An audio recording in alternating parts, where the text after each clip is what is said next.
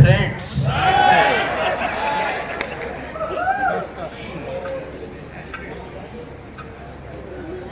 हे असं बोलल्यावर मारते.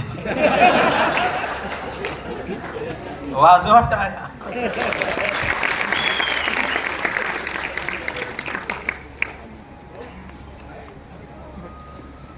कपडे पांढरे, मी दिसायला काळा, आज खांद्यावर पिवळा, काल निळा, परवा भगवा.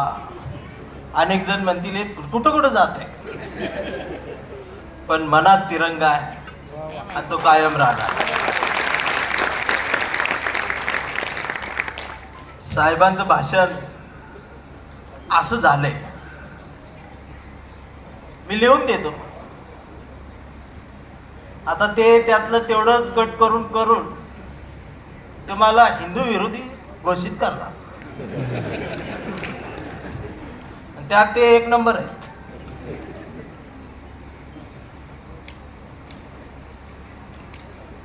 वातावरण सगळं नकली आहे. यात खरं काय, तर एका शाळेत एक शाळा तपासणारा इन्स्पेक्टर शाळा तपासायला गेला आणि वर्गातल्या एका विद्यार्थ्याला उभं केलं आणि विचारलं, महाराष्ट्राचा मुख्यमंत्री कोण आहे सांग. ते पोरगं रागानं बघत म्हटलं ते अजिबात विचारायचं. इन्स्पेक्टरनं दुसरा प्रश्न विचारला, म्हणले देशाचे पंतप्रधान कोण आहे. ते पोरगं परत रागानं बघत म्हटलं ते तर अजिबात विचारायचं. इन्स्पेक्टर म्हटला का. तर विद्यार्थी म्हणाला, सर माफ करा, मला 10 रुपये देऊन इथं बसवलंय, माझा शाळेचा काय संबंध नाही, मी नकली आहे. इन्स्पेक्टर चिडला, म्हणले शिक्षक कुठं आहेत. शिक्षकांना बोलवून आणले, म्हणले सर विद्यार्थी नकली का. तर शिक्षक म्हणाले, सर त्याला 10 दिलेत, मला 100 ठेवले, मी पण नकली आहे. इन्स्पेक्टर चिडला, म्हणले हेडमास्टर कुठं आहे. हेडमास्टर बाजूलाच लपले होते. ते हात जोडून पुढे आले, ते म्हणले मला तर काहीच विचारू नका, त्याला 10 दिले, त्याला 100 दिले, माझं पद मोठं आहे, मला 500वर ठेवलंय, मी आज पहिल्यांदा शाळा बघितली, मी यांच्यापेक्षा जास्त नकली आहे. इन्स्पेक्टर म्हटला इथं सगळं नकली सुरू आहे, तुम्हाला दंड भरावा लागेल. हेडमास्टर म्हणले त्याची तयारी करून ठेवलेली आहे, किती द्यायचं तेवढं सांगा. हेडमास्टर म्हणले 50,000 रुपये दंड होईल, पण पावती मिळणार नाही. हेडमास्टरनं 50,000 रुपये काढले, हातात दिले.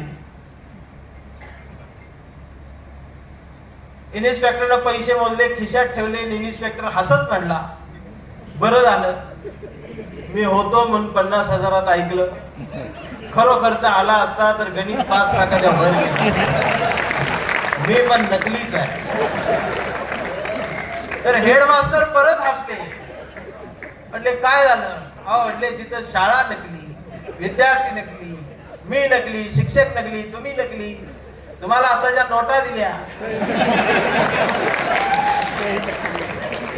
त्या तरी कशा खऱ्या असतील.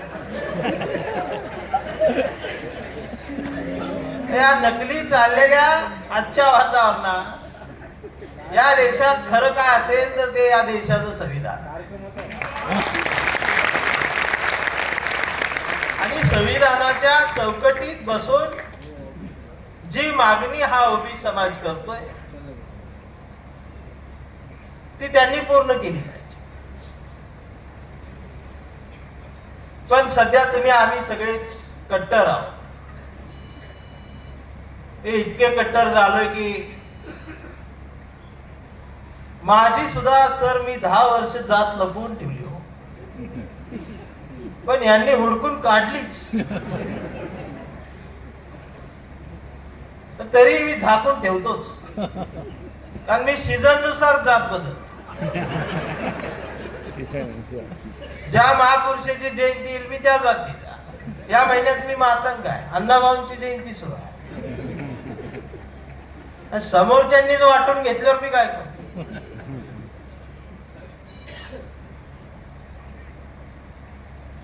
कधी कधी वाटतं की नेमकं काय सुरू आहे.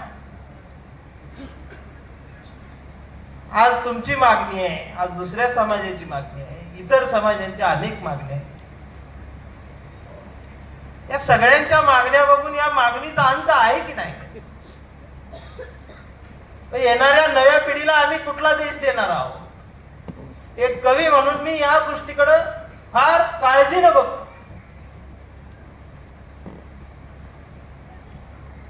जग बदलाची भाषा बोलायला लागलेला आहे. जग 5Gच्या पुढची भाषा बोलायला लागलेला आहे. आणि या भाषा बदलणाऱ्या नव्या भाषेच्या जगात माझा देश कुठं आहे? माझा तरुण कुठं आहे?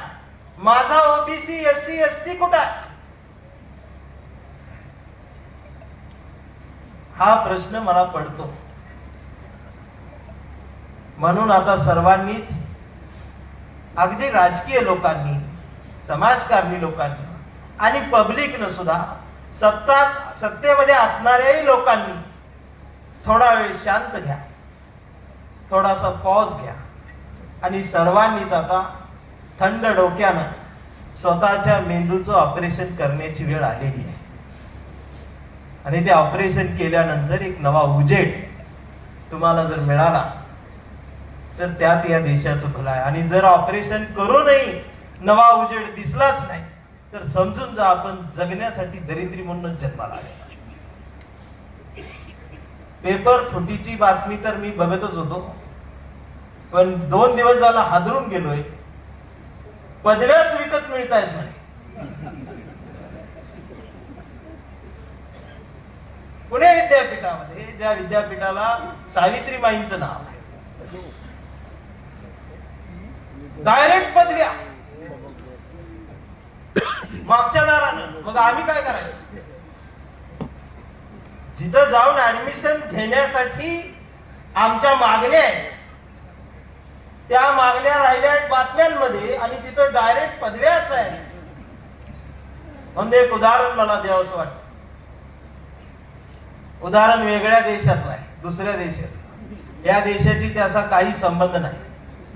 जर ते मॅच झालं तर तो योगायोग समजा. एक देश होता आणि त्या देशात एक राजा होता आणि तो राजा सगळं मनाचंच करायचं. रोज रात्री 8 वाजता त्याच्या मनात काहीतरी यायचंच. गोष्ट दुसऱ्या देशाची.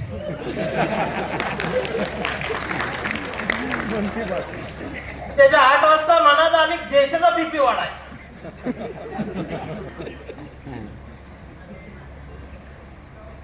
आणि सगळा देश सुशिक्षित होता पण तो अडाणी होता.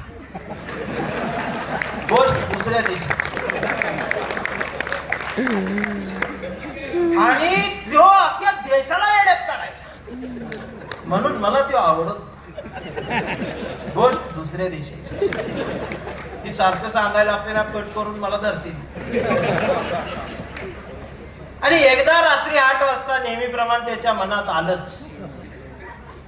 त्याला वाटलं की माझ्या देशात नेमकं काय सुरू आहे हे आता मी स्वतः जाऊन बघेन आणि ते कुणाला कळू देणार. मग त्यानं वेषांतर केलं. एक घोडा काढला. लहानपणापासून घोडा त्याच्या सोबतच होता. घोडा म्हटल्यावर मनात दुसरं काय आणलं. आणि घोड्यावर बसून तो राज्यात त्याच्या देशात फिरायला लागला. आणि फिरता फिरता एका चौकात त्याला एक दुकान दिसलं आणि त्या दुकानावर लिहिलेलं होतं, येथे पदव्या विकत मिळतील. राजाला आश्चर्य वाटलं आणि आनंदही झाला. माझ्या देशात पदव्या विकत मिळतात. तसं तर राजाकडे कुठली पदवी बी नव्हती. त्यालाही पदवी पाहिजेच. गोष्ट दुसऱ्या दिवशी राजा दुकानाजवळ गेला. घोडा थांबवला. राजाने घोडा बाजूला उभा केला. घोड्यावर उतरला. राजा खिडकीत आला. खिडकीत ती व्यक्ती बसली होती, दुकानदार. राजाने विचारलं, पदव्या विकत मिळतायत, खरं आहे का? तर व्यक्तीनं डायरेक्ट ते चार्टच पुढे ठेवला, मेनू कार्ड. त्यावर लिहिलं होतं SSC 10,000 रुपये, HSC 20,000 रुपये, BA 30,000 रुपये, MA 40,000 रुपये आणि सगळ्या पदव्या विकत घेतल्या तर PhD फ्री मिळेल. राजाकडे पैसा होता, त्यानं त्याची झोळी काढली, झोळीतून पैसे काढले, पैसे ठेवले. राजानं सगळ्या पदव्या विकत घेतल्या आणि एका मिनिटात राजा पदवीधर झाला. गोष्ट दुसऱ्या दिवशी. आणि पदवीधर झाल्यानंतर राजा बदलला, घोड्याजवळ आला. आजपर्यंत घोड्याला मित्र म्हणणारा राजा अचानक हाय फ्रेंड्स म्हटला. गोष्ट दुसऱ्या दिवशी. घोड्याला पण तिरकी नजर करून बघितलं, आज वेगळा काय. आणि राजा घोड्यावर बसला आणि घोड्याला टाच मारली. नेहमीप्रमाणे घोड्याला टाच मारली, पण घोडा नेहमीप्रमाणे पुढं गेलाच नाही. राजा बराच प्रयत्न करायला लागला, घोडा जागचा हलनाच. राजानं घोड्याला मारून बघितलं, पण घोडा पायच उचलत नव्हता. आणि बराच वेळ प्रयत्न करून झाल्यानंतर राजाने विचार केला आणि विचार केल्यावर त्याच्या लक्षात आलं, कदाचित घोडा माझ्यावर रुसला असेल. लहानपणापासून सोबत असणारा हा घोडा आज अचानक मी पदवीधर झालो आणि घोडं तसंच राहील.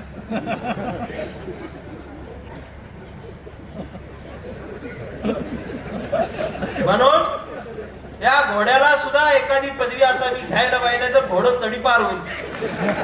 गोष्ट दुसऱ्या देशात. राजा पुन्हा घोड्यावर उतरला, पुन्हा खिडकीत गेला आणि त्या व्यक्तीला म्हणाला, साहेब माझं एक वेगळंच काम आहे. ती व्यक्ती म्हणाली, बोला. लहानपणापासून माझ्या सोबत माझं घोडं सुद्धा मोठं झालं, पण आज मी सगळ्या पदव्या घेतल्या, मी पदवीधर झालो, डॉक्टरेट झालो, पण घोडं तसंच राहिलं. घोड्यासाठी माझ्या किमान एखादी पदवी द्या, मी तुम्हाला 4 पट पैसे देतो. त्यावर त्या खिडकीतल्या व्यक्तीनं उत्तर दिलं. त्या व्यक्तीने दिलेलं उत्तर या देशातल्या व्यवस्थेला समर्पक उत्तर. ती व्यक्ती म्हणाली, साहेब माफ करा, आम्ही घोड्यांना नाही, गाढवांना पदव्या देतो. आणि गाढव पदवीधर झालेला हा देश आम्हाला बघायला मिळाला. मग मला या शिक्षण व्यवस्थेवरती भाष्य करताना आठवतात आमचे कर्मवीर भाऊराव पाटील.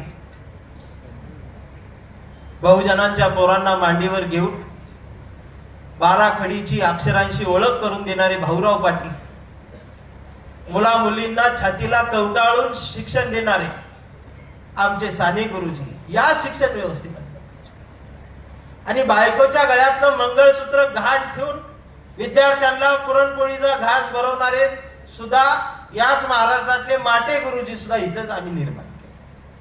पण आता भाऊरावांच्या जागी शिष्यवृत्ती लाटणारे खाऊराव आलेत, सानेच्या जागी आता माने आलेत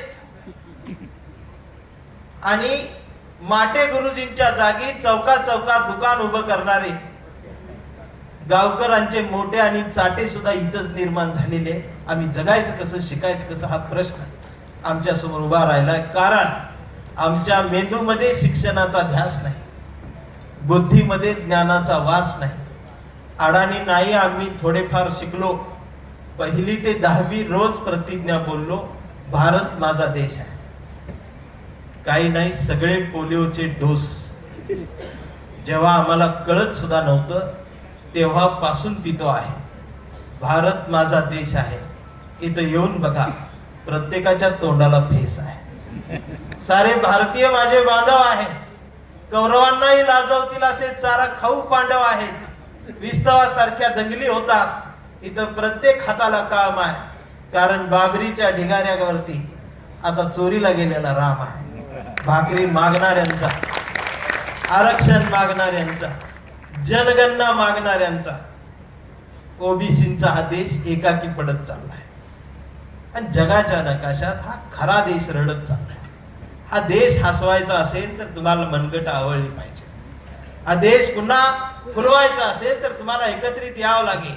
पक्षाच्या पलीकडे जाऊन, जाती धर्माच्या पलीकडे जाऊन, रंगांच्या पलीकडे जाऊन तिरंग्याकडे आता आमच्या नजरा वळल्या पाहिजेत. अरे हा देश आहे आणि या देशाची व्याख्या तुम्ही आम्ही बदलून टाकली आहे. 20 वर्षानंतर आम्हीच कसे सत्तेत राहू हा विचार या देशाला पोखरू पाहणार आहे.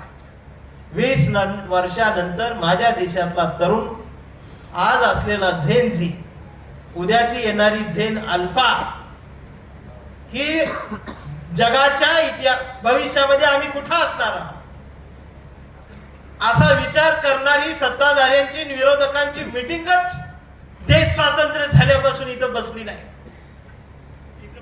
ही खंत आहे. म्हणून अशी तरुण पोरं आमच्या उमेदवारांसारखी काहीतरी करू पाहत आहे. यात पण निगेटिव्हपणा लय असतो आमच्यात एससी ओबीसी मध्ये. पण नंतरच कशाला मंडल यात्रा काढली आणि कशाला एवढे जिल्हे पाहिजे, कशाला तिथं भाषण ठेवले आणि हे काय होणार आहे का आणि तसं काय होणार आहे का. कायम निगेटिव्ह असली जास्त आहे. माझा एक मित्र असाच होता, कायम निगेटिव्ह.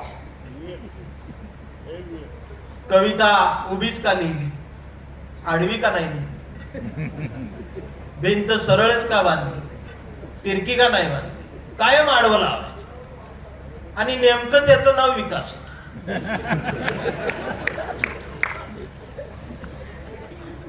आणि नावाला साजेल असं त्यो वागायचं. विकास कायम आडवा यायचा. एक दिवस विकास माझ्याकडे आला आणि मला म्हणाला, मला लग्न करायचं आहे, माझ्यासोबत मुलगी बघायला चल. मी म्हटलं मला वेळ नाही, तुझं तू जा. तर तो मला म्हणाला तूच सोबत चल. म्हटलं मीच का. तर म्हटला तू सोबत असलास की मला पसंत करते.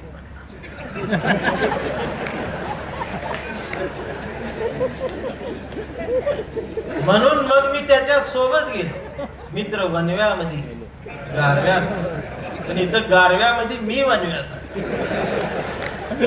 तर मुलगी इकडे विदर्भामध्ये होती, यवतमाळ जिल्ह्यात. आम्ही महाराष्ट्र एक्सप्रेस ना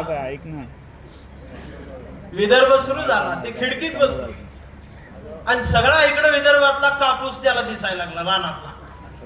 आम्ही आजपर्यंत पश्चिम महाराष्ट्रात ऊसच बघितलेला. अचानक डोळ्यासमोरून हिरवं गेलं आणि पांढरं सुरू झालं. आणि एवढा कापूस बघितल्यानंतर विकासच्या डोक्यात प्रश्न आलाच. त्यानं मला विचारलंच, एवढ्या कापसाचं काय करायचं.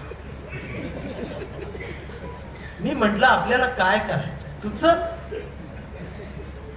पण ते खिडकीत बघायचा, कापूस दिसायचा आणि मला जोरात विचारायचा एवढ्या कापसाचं काय करायचं. मी खिडकीच बंद करतो आणि विकासाला दिसायचं बंद झालं. मग आम्ही मुलीच्या घरी आलो तर मुलीचे वडील शेतकरी होते. त्यांनी दारात सगळा रानातला कापूस आणून दारातच ठेवला. दारात एवढा कापूस बघितला, परत याच्या डोक्यात प्रश्न आला. त्याने मला विचारलंच, एवढ्या कापसाच काय करायचं. अरे म्हटलं तुला काय करायचं. आपण मुलगी बघायला आलो, मुलगी बघू चल. आम्ही मुलगी बघायला बसलो, मुलगी समोर बसली आणि मुलीच्या चुलत्यानं आम्हाला सांगितलं, म्हणजे मुलीला काही विचारायचं असेल तर विचारा. तर यानं बाहेर दारातून वाकून बघितलं, मुलीकडे हात करत बघत म्हटलं ते जाऊ दे, एवढ्या कापसाच काय करायचं त्या आधी सांगा म्हटलं. डोकावर झालं. मग त्यांच्या लक्षात आले याची रेंज गेली. आम्हाला हाकलून दिलं. आम्ही गावी आलो, घरी गेलो. घरच्यांनी विचारलं, विकास मुलगी कशी वाटली. विकास म्हटला आई ती जाऊ कापसाच काय करायचं त्या आधी आणि त्याच्या डोक्यात ते एवढं बसलं ते जोरात ओरडला कापसाच काय करायचं आणि ते जोरात ओरडल्यामुळं त्याच्या ते मेंदूची एक नस चकोप झाली ते रक्ताची गाठ होऊन तिथंच अडकली आणि ते कापसातच थांबलं आणि तो वेडा झाला आणि तो फक्त एकाच विषयावर बडबड करू लागला कापसाच काय करायचं कापसाच काय करायचं घरच्यांनी तो नाद सोडून दिला म्हटले आता झाला संपला मग गावभर तो फिरायला लागला दाढी वाढली केस वाढले आणि मग चौकात तो एका झाडाखाली आमच्या बसायचा गाव शाळेची मुलं चिडवायची सगळं गाव हसायचं आणि आमचा एक हॉटेलवाला रोज राहिलेले भजी घरी जाताना त्याला खायला देऊन जायचं मग ते दररोज भजी खाऊनच जगायचं परवा सहज त्याला असे भजी खायला दिली ते भजी खात बसलं त्या पेपरमध्ये भजी दिले होते वर्तमान पेपराच्या रद्दीत आणि त्या दिवशी तो पेपरमध्ये भजी खाता खाता त्यानं शेवटचा भजी तोंडात टाकला आणि त्या पेपरच्या तुकड्यात त्या दिवशी बातमी होती कापूस जळून राख झाला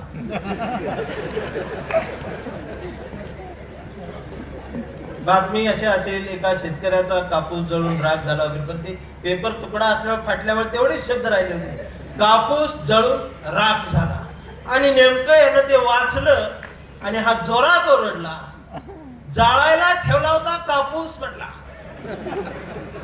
आणि जोरात ओरडल्यामुळं ती जी नस चकोप झाली ती गाठ सुटली आणि रक्तप्रवाह व्यवस्थित झाला आणि तो शहाणा झाला आता जर कोणाला वाटत असेल की ही यात्रा कशाला या मागण्या कशाला या सभा कशाला ही आंदोलन कशाला ही व्याख्यान कशाला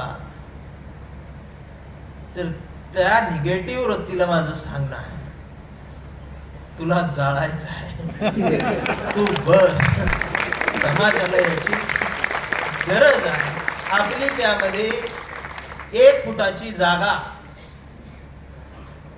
व्यापणं ही सुद्धा मेन कर्तव्य असतं भारत माता की जय आणि 1 फुटाची जागा प्रत्येकानं व्यापल्यानंतर झुरळ काय करतात हे जंतर मंतरनं या देशाला दाखवून दिलं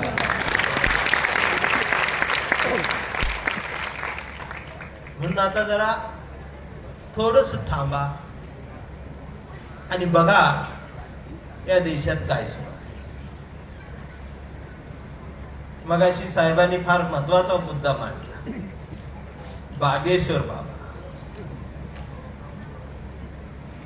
मला गंमतच वाटते हल्लीचे संत रील कसे काय बनवतात रील बनवतात आणि 8 दिवस ते प्रवचन चालू असतं प्रवचनाचा विषय असतो आई वडिलांना सांभाळा आणि या एका विषयावर ते 8 दिवस बोलत असत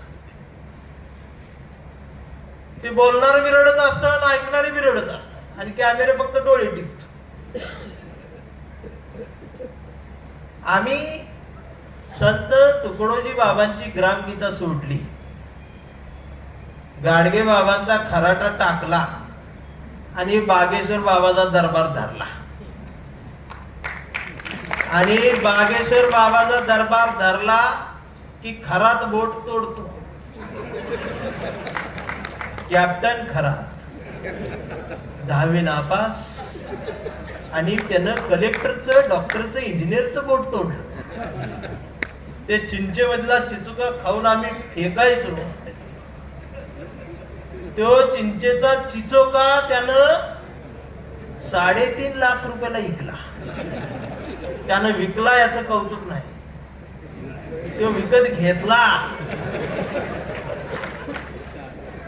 तो विकत घेणारे कोण आहे ओशनो जल पिले आम्हाला बिसलेरी माहित होतं समुद्र जल माहित होतं वड्याचं वगळीचं नदीचं जल माहित होतं हे ओशनो जल पण तेव्हा माहित होतं गंगा जल पण माहित पण गंगा जल पेक्षा पण ते महाग 9 लाखाला वाटलं आणि ते यांनी घेतलं. त्याच्याकडे कोण गेले? इंजिनियर, डॉक्टर, वकील, कलेक्टर, तहसीलदार, न्यायाधीश, गवंडी, सुतार, पेंटर, शेतकरी नाही गेला. तो का नाही गेला? कारण त्याचं आपलं बरं चाललंय. बिरोबा, खंडोबा, ज्योतिबा, मसोबा ही आमचं बरं आहे हो. एक लिंबू टाकला काम झालं. उभं पुन्हा बाबा कशा हायपाय तर मला पाहिजे. देव हायपाय पाहिजे. गाव गाड्यावरचा रामकृष्ण हरी मधला राम आमचा आहे, कृष्ण आमचा आहे, हरी आमचा आहे. ही सोडलं आणि धरला बागेश.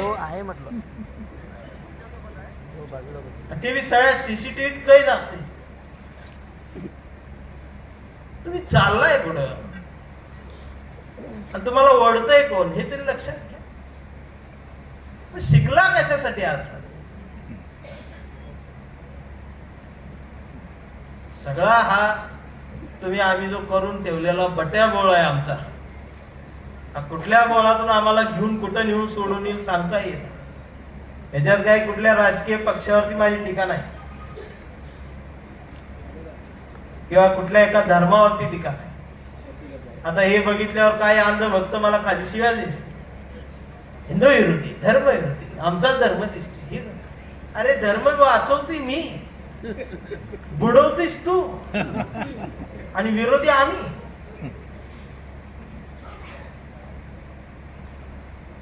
या सगळ्या ह्याच्यातून आम्ही पुढे जातोय.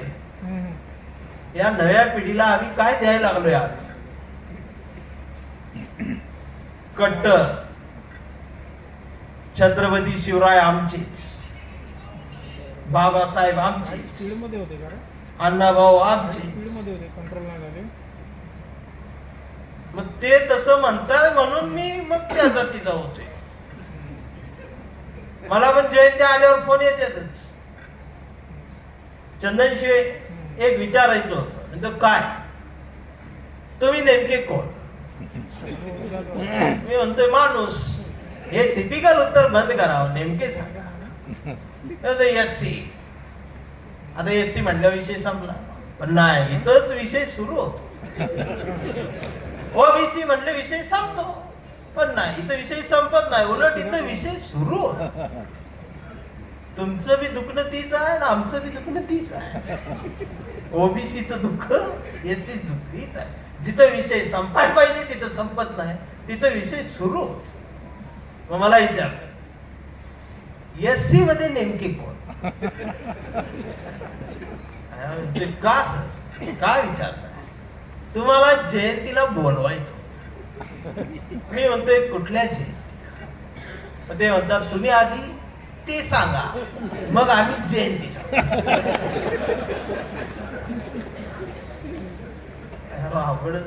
म्हणून मी एक आयडिया केली. या देशात ज्याला आयडिया सुचतात तो लय पुढे जातो. त्या डिग्र्या असून चालतात. आयडिया पाहिजे, क्रिएटिव्हिटी पाहिजे. मी खरं सांगतो, अशी जर जनता असेल ना तर मी पण पंतप्रधान होऊ शकतो. फक्त जायचं ते एक वाक्य बोलायचं, या चंद्रपुराशी आणि माझा फार जुना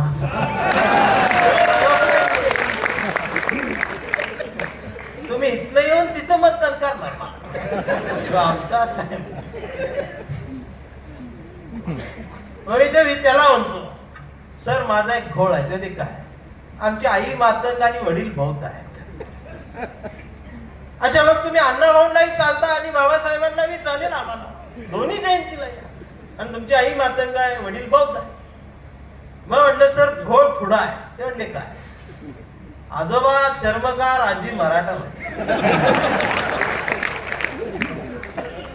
तेवढं ते अरे मग मस्त झालं. रोहिदास जयंतीला पण तुम्ही या, शिवजयंतीला तुम्ही या.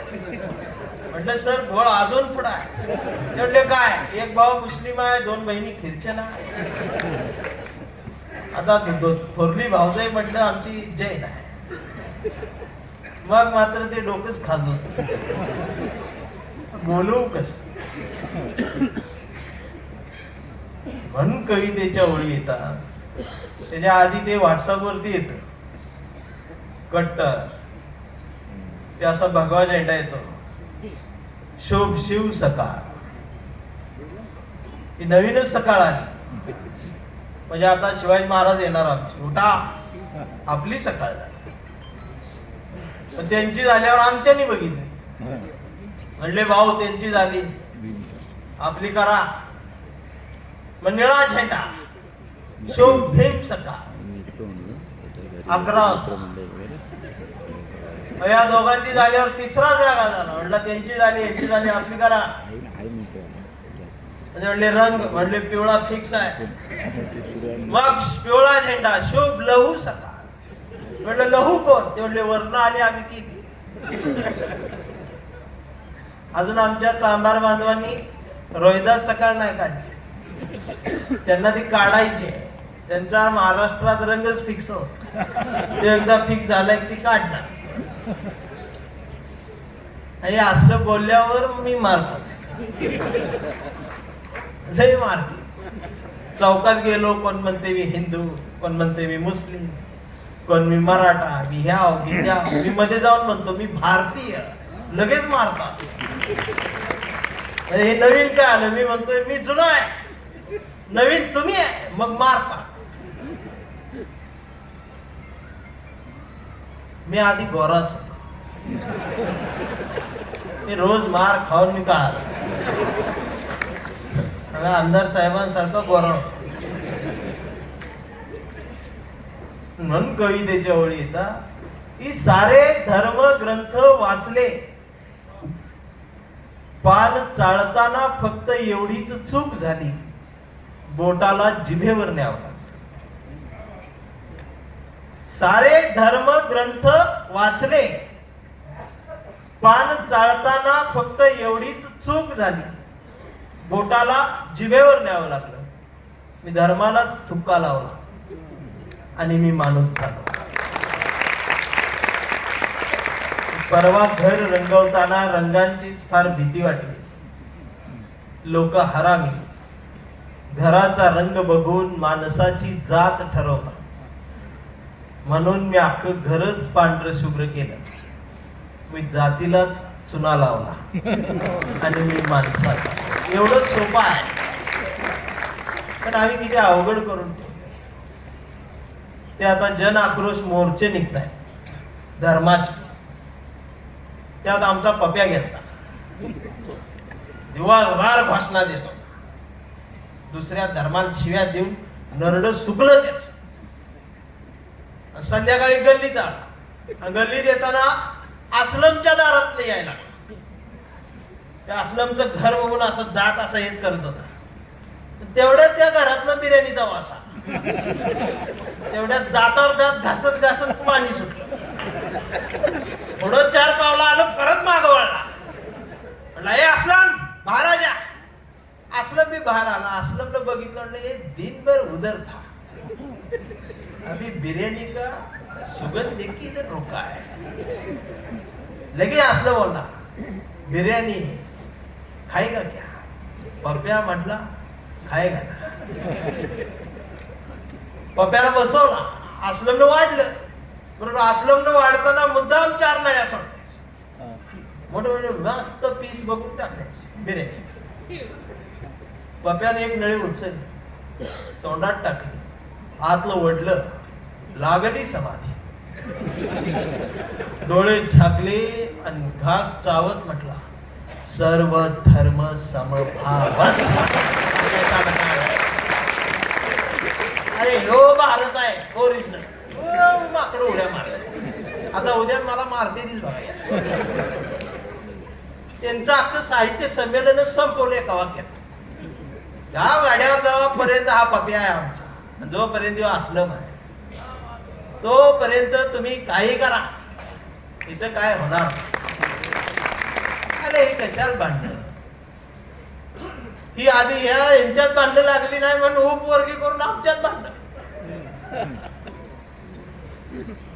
इकडचे नेते म्हणतात जी आर निघणार. ती मलाच माहित आहे, 4-5 खून झाल्याशिवाय जी आर निघतच नसतो कुठला. आणि हे असलं बोलले, आता तुम्हाला कळलं ना मी का मार खातो, हे असं बोलतो.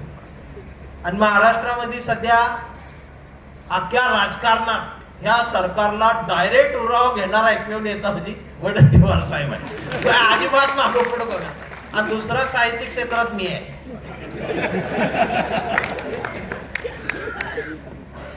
म्हणून त्यांचा मी फॅन आहे. आणि आमच्या सारख्याला जात धर्म नसतोच, आम्ही फक्त भारतीय असतो. आणि मला दिसतंय आता वातावरण लवकरच ते आहेत रिंगणात सत्तेच्या. पण माझा प्रॉब्लेम असा आहे की जे सत्तेत जातात त्यांना मी नकोसा असतो. आणि मी साहित्यिक म्हणून कायम सत्तेच्या विरोधातच राहणारा माणूस आहे. त्यामुळं जोपर्यंत तुम्ही सत्तेत जात नाही तोपर्यंत मी तुमच्या सोबत आहे. तुम्ही एकदा सत्तेत गेले की मी तुमच्या विरोधात. पण तुमच्यासारखी माणसं सत्तेत पाहिजे. आणि आता जे सत्तेत आहे ते विरोधी पक्षात बघायलाही मला जास्त आनंद. ते पण तिथं पाहिजे. हे आदला बदल्या झाल्या पाहिजेत. पण माझी विनंती राहील, तुम्ही आता तिथं जाल, लवकर जाणार. कारण मी महाराष्ट्र फिरतोय, एसटीन फिरतोय, कधी गाडीत फिरतोय, कधी टू व्हीलरवर बी फिरतोय. त्यामुळं मराठी माणसाच्या, विदर्भाच्या, खानदेशाच्या, कोकणाच्या, पश्चिम महाराष्ट्राच्या, मुंबई पुण्याच्या, शहराच्या प्रत्येक कष्टकऱ्यांच्या, शेतकऱ्यांच्या मनात सध्या काय चाललंय मला माहिती आहे. घोळ मशनीत आहे. मनाच्या मशनीत फिट निकाल आहे, मशनीतला निकाल आहे. पण लवकरात लवकर तुम्ही तिथं आहात जिथं तुम्हाला असायला पाहिजे तिथं. आमची विनंती एवढी आहे, जे तुम्ही तुमच्या सोबत संघर्षाच्या काळात नाही राहिले, तिकडं गेले, ते वारं बदलले की इकडे येतात. आणि मग ह्या तरुण नेत्यांचं आमच्या अवघड होतं. म्हणजे सरकार कुठलंही असो, मंत्री हो आहेच, नांदेडचं कुणी असो, पण साहेब आहेतच. आता नाही पाहिजे. आता या नव्या पोरांना आता तुम्ही राजकारणावर संधी द्या. कारण साहेब मी खरं सांगतो, ओबीसीचा महाराष्ट्रामध्ये तरुण राजकारणातला चेहरा अजून आम्ही तयार केलेला नाही. कोण आहे तुम्ही? आम्ही नसणार आहोत. 20-25 हे आम्ही मान्य केलं पाहिजे. काळाच्या पटलावर आपण निघून जाणार आहोत. आपला पणजोबा होता, त्या पणजोबाचा इतिहास आपण सांगतोय. पण आपण सुद्धा कधीतरी कोणाचा तरी पणजोबा म्हणून फोटोत जाणार आहोत. हे आपण सर्वांनी मान्य करा. आज मिळालेलं भोगणं आणि हातून गेलेलं हिसकावून घेणं एवढंच राजकारण नसावं. म्हणून तुकडोजी बाबांची ग्रामगीता घेऊन राजकारण्यांनी राजकारण करावं आणि गाडगे बाबाचा खराटा घेऊन समाजकारण्यांनी समाजकारण करावं. महाराष्ट्र स्वच्छ झाल्याशिवाय राहणार नाही. आणि बोलणाऱ्यानं तुकोबांच्या मांडीवर बसून बोलावं, ऐकणाऱ्यांनी रायगडाच्या पायरीवर बसून ऐकावं. आणि रायगडाच्या पायरीवर बसून ऐकलं तरच सावित्रीनं फळ्यावर गिरवलेल्या अक्षरांचा अर्थ कळत असतो आणि तेव्हा 14 तळ्यातल्या पाण्याची चव समजून येत असते. हा एवढा सुंदर आमचा महाराष्ट्र आणि हा देश आहे. पण राजकारण वेगळंच. मला मगाशी विनंती करण्यात आली की एक राजकीय कविता माझी आहे ती सादर करा आणि त्यानंतर कांबळे घेऊन मी थांबणार. कविता आहे, राजकीय कविता आहे. आजच्या विषयाच्या वेगळी आहे. इथं सगळ्या पक्षाचे आहेत, त्यामुळं जरी असतील तरी त्या प्रत्येक कडव्यात प्रत्येक पक्षावर टीका आहे. त्यामुळे पहिल्या कडव्यात जर तुमच्यावर टीका झाली तर दम धरा,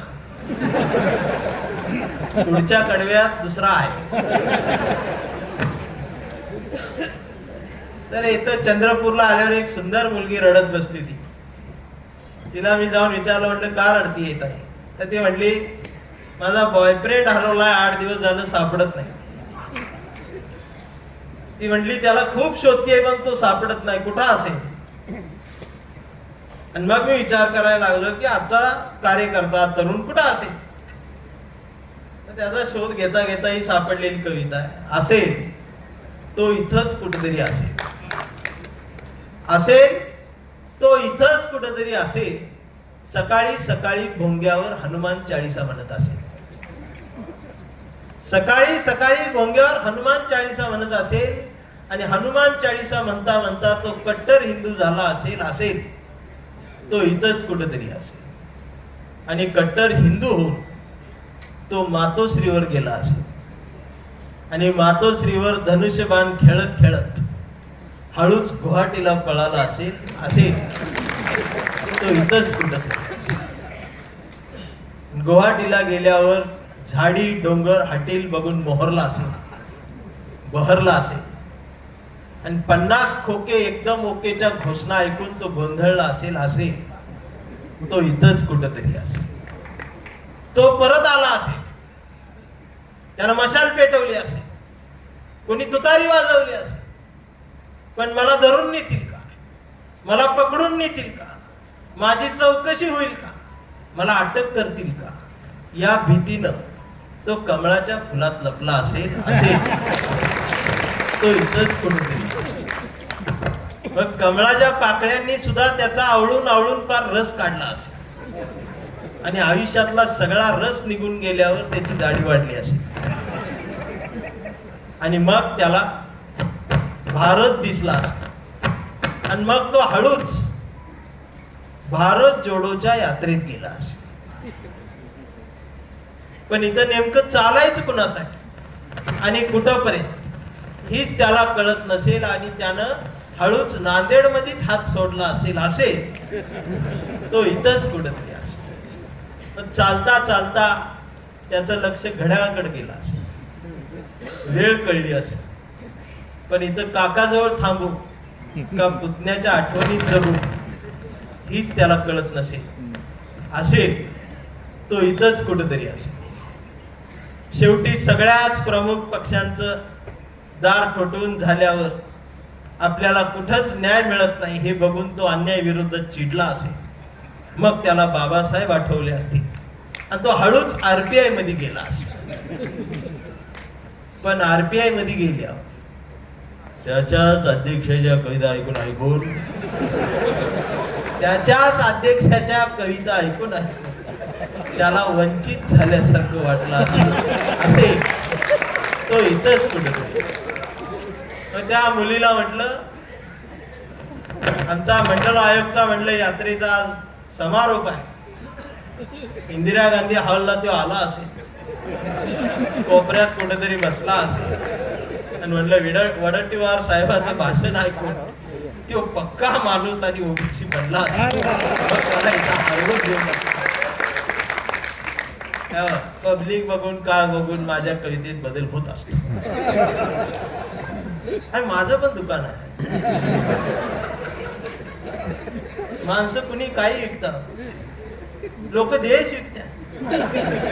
माझे 4 शब्द विकले तर बिघडलं कुठे. त्याच्यावर अजून खाली आमच्या साहित्यांमध्ये समीक्षक माझ्यावर टीका करतात, या कवीची विचारधारा ठाम नाही किंवा एका ठिकाणी रमत नाही. मला मान्य आहे माझी विचारधारा ठाम नाही, पण मला जे दिसतंय त्याला काय गरजेचं आहे मला कळतंय. मुळात हा भारतच एकावरती ठाम नाही आणि हा भारत विविधतेने नटलेल्या परंपरांचा देश आहे. त्यामुळं जी जास्त नटलेली परंपरा असेल मी तसा नटणार. हा भारत आहे. उगाच आम्हाला एका ह्याच्यात अडकून ठेवू नका. मी जयंतीत बी आहे, मी गणपतीत बी आहे, मी नवरात्री मध्ये बी आहे, मी दिवाळी पहाटला बी आहे. त्यामुळं कोणीतरी म्हणतं हे आमचं होतं गेलं की आम्ही कुणाचंच नाही. मी फक्त माझ्या बायकोचा, माझ्या पोरांचा, राहिलो तर गावकीचा भावकीचा, असं माझं बरं चाललंय साहेब. आणि सांगून धंदा केल्यावर बरा. लोक तुम्हाला दाखवतात एक, करतात एक, असलं तर मी नाही करत. आता बरेच जण म्हणतील याला वापरून फेकून देतील.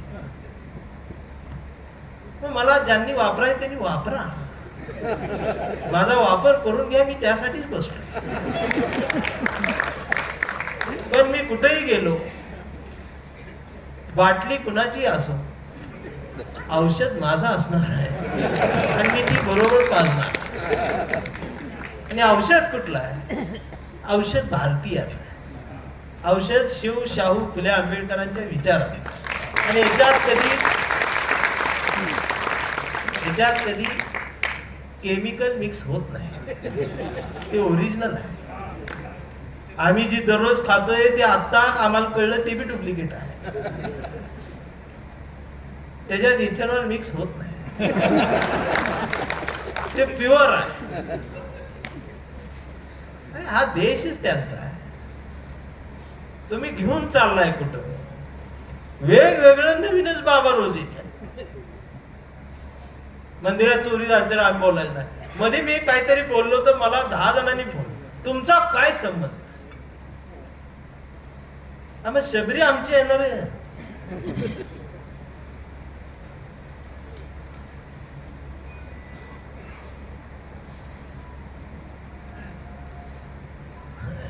ज्या वयात यायला पाहिजे होत्या चिठ्ठ्या त्या वयात आल्या नाहीत, म्हणून मी या विद्रोही कविता लिहायला लागलो. चिठ्ठ्या आल्या असत्या तर प्रेम कविता लिहिल्या असत्या.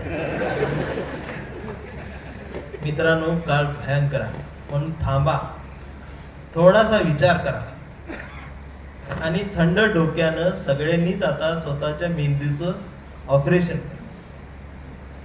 आपल्याला वाटतंय आपली मुलं डॉक्टर होतील? 2-2 एकर रान गहाण ठेवून आमचे पालक पाठवत आहेत. साहेब, तुमच्या JR मधलं आरक्षण कुठंच कामाला येत नाही, मी बघतोय. आणि तिथं गेल्यानंतर 40 लाख रुपये भरलेली बॅच वेगळीच आहे.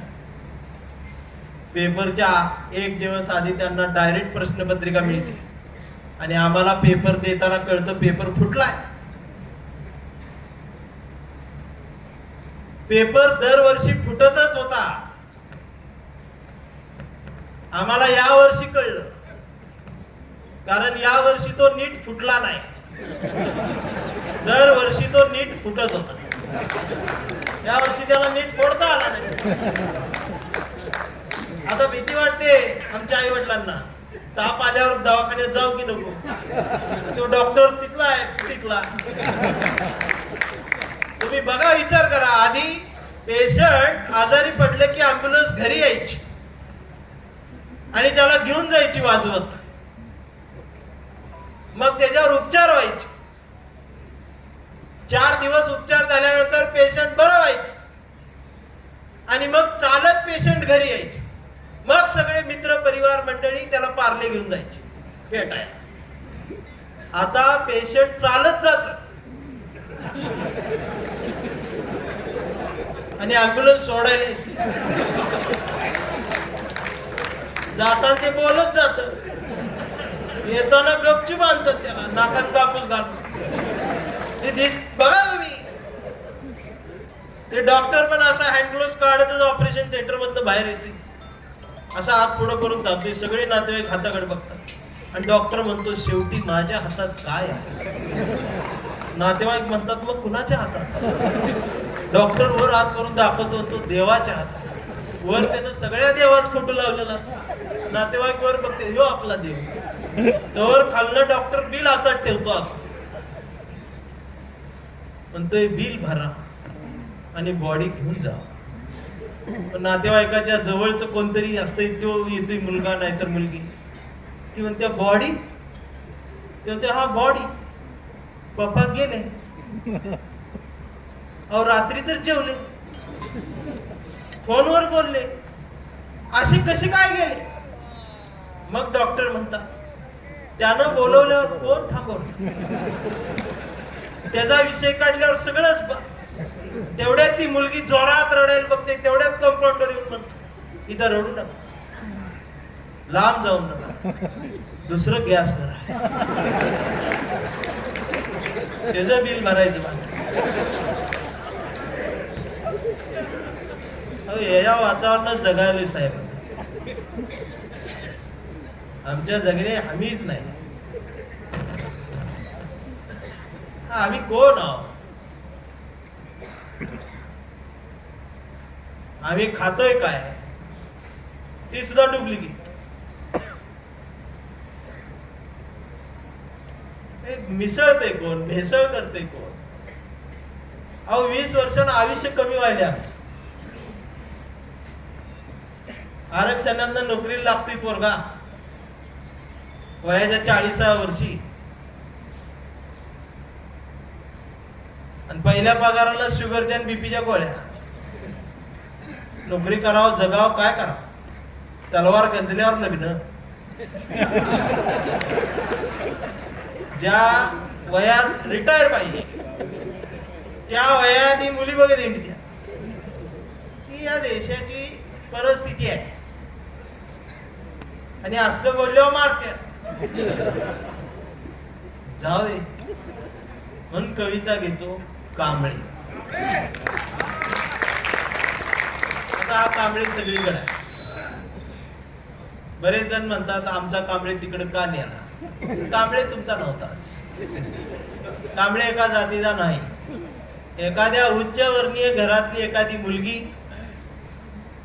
हुंडा विरोधात आवाज करत असेल, वंशाला दिवास पाहिजे म्हणून तिचा जर छळ होत असताना ती वंशाला मी पंथीच जन्माला घालील म्हणून तिथं लढत असेल, तर ती सुद्धा माझ्या कवितेतली कांबळे. अमेरिकेतला तो बराक ओबामा सुद्धा माझ्या कवितेतला कांबळे. आणि या सभागृहात बसलेला प्रत्येक जण कांबळेच. आणि खरं सांगू का, पुरोगामीचाच हा देश आहे. मला एक जण कट्टर प्रतिगामी भेटला आणि ते मला सारखं चिडवत होते, हे पुरोगामी आहे, हे पुरोगामी. मी आपला गपच होतो, हे पुरोगामी. मी आपला गप. अर्धा तास ती दोघं चिडवायचे, हसायचे, मी गप बस. मी म्हणले इकडे या. ते म्हणले का? म्हटलं तुम्हाला मुलगी आहे का? म्हणले हो आहे. शिकते का? हा MBA करते. म्हटलं गैबान्या तूच कट्टर पुरोगामी आहे. मुलगी शिकवतोय म्हणल्यावर तू पुरोगामीच. ते 8 दिवस माझ्या डोकं खाजवून बघत होते. म्हणजे माझ्या लक्षात आले की ते बघताय रे, तिथे आता कमेंट करत म्हणजे ते असं खाऊनच कमेंट करत. एवढी ईडी कुठनं आली? शहाणपण आम्ही कुठं सोडलं? म्हणून हा कांबळे आज गरजेचा की आमचा कांबळे लय हुशार. एक कधीच नाही रडला, नुसताच कांदला. कांबळे शाळेत गेला, मास्तरनं फळ्यावर सरस्वती काढली, पण कांबळेनं पाठीवर सावित्री काढली. म्हणून चिडून मास्तरनं कांबळेला असा तुडवला, असा तुडवला. पण कांबळे बी हुशार, नाही रडला, नुसताच काढला. कांबळे वयात आला, विशीत आला, मिशीत आला. कांबळे गुलाबी झाला. आणि गार्डन मध्ये बसल्यावर तिने विचारली त्याची जात.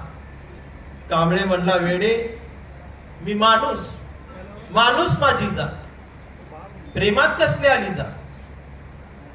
तिनं पण कोपऱ्यात नेऊन कांबळेला असा तुडवला, असा तुडवला. पण कांबळे बी हुशार, नाही रडला, नुसताच काढला.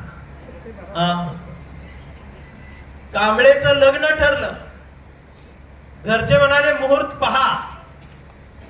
कांबळे म्हणला जमत नाही, महात्मा फुले वाचा. नातेवाईक म्हणले सत्यनारायण.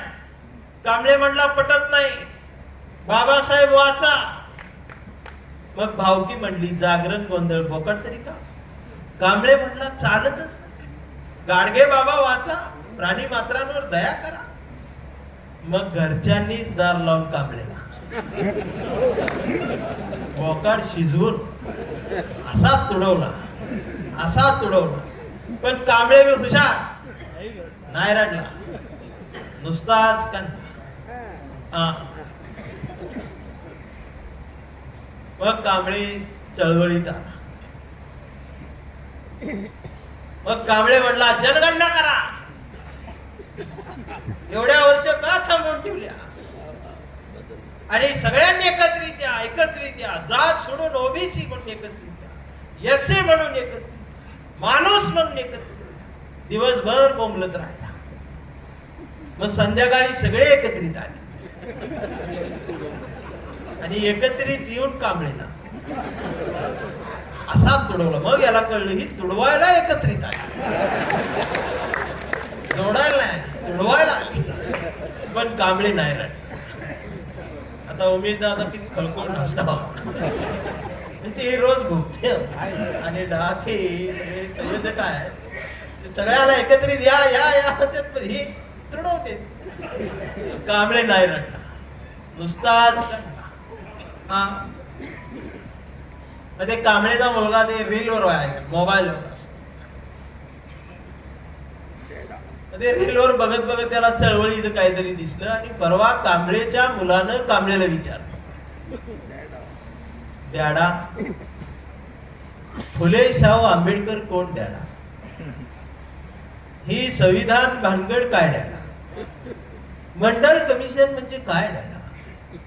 आणि छत्रपती शिवाजी महाराज खरंच जन्माला आले होते का डॅडा? आता मात्र कांबळे पेटला. अरे म्हटलं गावभर पेरलं आणि घरातच नाही उगवत. मग त्यानं दार लावून पोरालाच असा तुडवला. पण चिरंजीव कांबळे हुशार, तो पण नाही रडला, तो डबल काढला. मग याच्या लक्षात आलं डीएनए मधनं ही डबल गेली, पुस्तकात जात असतात. आणि आता कांबळेला सगळ्या समाजानं वेडं ठरवलं. सामाजिक अदृश्य एक हॉस्पिटल आहे जिथे ही असली माणसं पाठवली जातात. आता कांबळे त्या वेड्यांच्या दवाखान्यात आहे.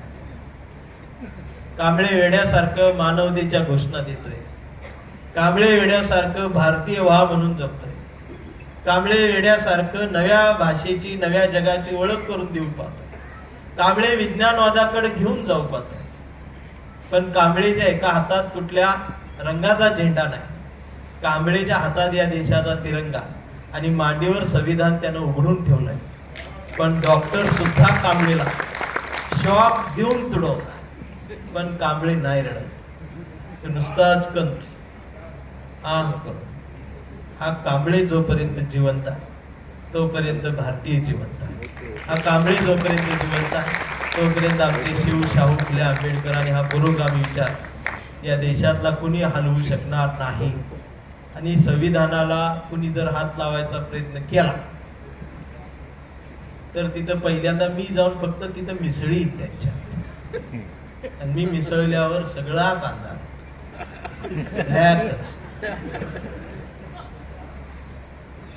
कुठल्याही रंगात मी मिसळलं तर ते ब्लॅक होत. हे लक्षात, मी डार्क आहे त्यामुळे गायब करून टाकेल संविधानाला हात लावणाऱ्यांसाठी.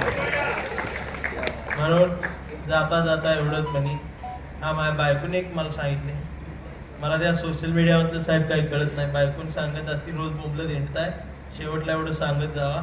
तिनं सांगितलंय तसं फेसबुक वरती माझं नितीन चंदेश्वरी नावानं अधिकृत पेज आहे, युट्यूब वरती चॅनेल, इंस्टाग्रामवर पण पेज.